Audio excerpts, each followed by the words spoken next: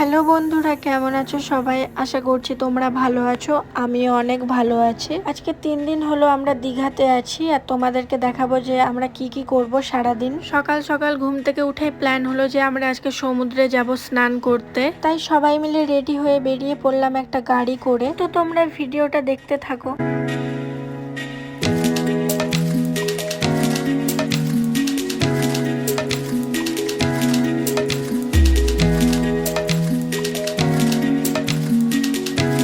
আমরা সবাই নিউ দীঘা বিচে পৌঁছে গেছি, আর তোমরা দেখতেই পাচ্ছ যে কত ঢেউ আসছে সমুদ্রের মধ্যে। এই ঢেউয়ের কারণেই আমি নামতে চাইছিলাম না, কিন্তু না নামলে মজা হতো না, তাই সবাই মিলে একসাথে নেমে পড়লাম সমুদ্রে।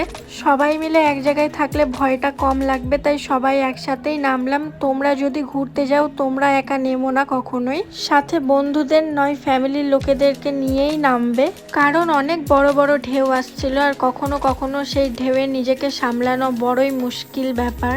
তাই তোমরা কেয়ারফুল ভাবে সেখানে নামবে যদি কখনো ঘুরতে যাও। আজকের ভিডিওটা এখানে শেষ করব, কারণ ভিডিওটা অনেক বড় হয়ে গেছে। এরপর আমরা কি কি করব সেই সব তোমাদেরকে পরের ভিডিওতে দেখাবো।